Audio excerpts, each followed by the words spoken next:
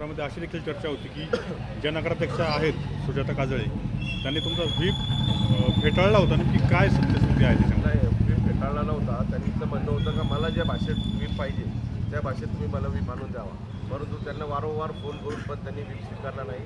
नंतर आम्ही त्यांच्या घरावर व्हीप चिटकवून आलो, त्याच्यावर 2 साक्षीदारही ठेवलेले आहेत. आज सभागृहात काय झालं नेमकी? आज सभागृहात पीठासन अधिकाऱ्यांनी मतदान प्रक्रिया पूर्णच केलेली नाही. त्यांनी कोणत्याही प्रकारचे आमचे अर्ज स्वीकारले नाही. त्यांनी विरोधी पक्षांचे अर्ज स्वीकारले. निवडणूक प्रक्रिया पूर्ण पार केलेलीच नाही. कालचा जो तुम्ही व्हीप त्यांना बजावला, त्यांनी तो फेटाळला, त्याच्यामध्ये काय होतं नेमकी, काय उल्लेख होता? ते म्हटले पीठासीन अधिकाऱ्याला व्हीप द्यायचा अधिकार नाही, परंतु मी एक शिवसेना पक्षाचा गटनेता व शिवजन्मभूमी विकास मंच या पक्षाचा गटनेता म्हणून मला व्हीप द्यायचा अधिकार आहे. परंतु त्यांनी तो व्हीप स्वीकारला नाही. त्या कारणास्तव आम्हाला त्यांना व्हीप घरावर चिटकवावा लागला नाही. खरं तर आज उपनगराध्यक्ष पदाचा देखील निर्णय झाला नाही. त्यानंतर कॉपचे देखील खरं तर एक काय निर्णय होता तो देखील झाला की त्याच्या नाही? बाबतीत निवडणूक प्रक्रिया उपाध्यक्ष ती पार पडलेली नाही. त्यामुळे दुसरा विषय पहिलाच हात विषय घालायचा पूर्ण प्रकार झाला नसल्या कारणाने दुसऱ्या विषयावर विषय आलाच आलेलाच नाही. पहिलाच विषय थांबलो आहे.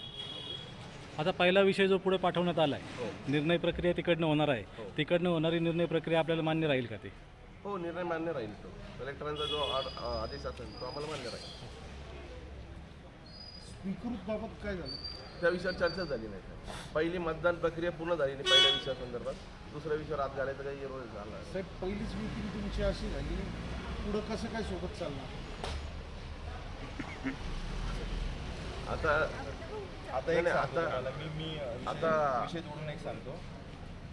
मी शिवसेना पक्षातून जे नगराध्यक्ष निवडून आले, सर्व जनतेने त्यांना मतदान केले. आम्ही सर्वांनी प्रभागातून आम्ही आमच्या पद्धतीने नगरसेवक जनतेतून निवडून आलो.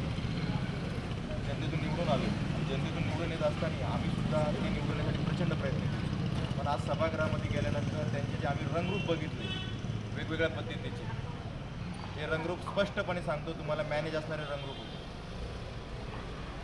आणि इथून पुढं सभागृह कसा चालवायचा, आमच्या आई, आमचे सर्व सहकारी इथं आहेत, आमची मेजॉरिटी आहे. आम्ही सभागृह व्यवस्थित पद्धतीने जुन्नरच्या विकासासाठी, हितासाठी आम्ही सभागृह चांगल्या पद्धतीने चालू, एवढी तुम्हाला आम्ही शाश्वती देतो. शिवसेनेचे नगराध्यक्ष विरोधकांना मॅनेज झाले असं तुम्हाला म्हणायचं आहे? 100%. आज जर कधी आमचा विचारच, आमचा अर्जच ते घेऊ शकत नाही, आमचं बोलणंच आमच्याबरोबर बोलवू शकत नव्हतं.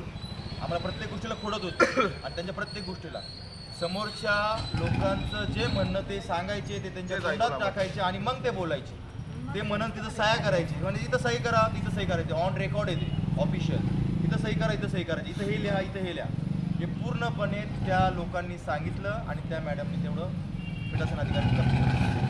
नगराध्यक्षांबाबत गटनेत्यांची आणि गटाची भूमिका काय राहणार? शिवभक्त आमदार शरददादा सोनवणे त्यांच्या बाबतीत जो निर्णय घेतील तो आम्हाला सर्वांना मान्य राहील. मग तुमचं असं म्हणणं आहे का त्यांनी पक्षविरोधी काम केले म्हणून? हो, केलेले पूर्ण पक्षविरोधी काम आहे. त्यांनी विरोधी पक्षासाठीच काम केलेलं आहे. एक शेवटचा प्रश्न, काय परत आपण नगराध्यक्षाच्या निवडणुकीला लवकरच समोर जाणार? आमदार शरददादा सोनवणे या बाबतीत त्यांचा निर्णय कळवतील लवकर. धन्यवाद. धन्यवाद.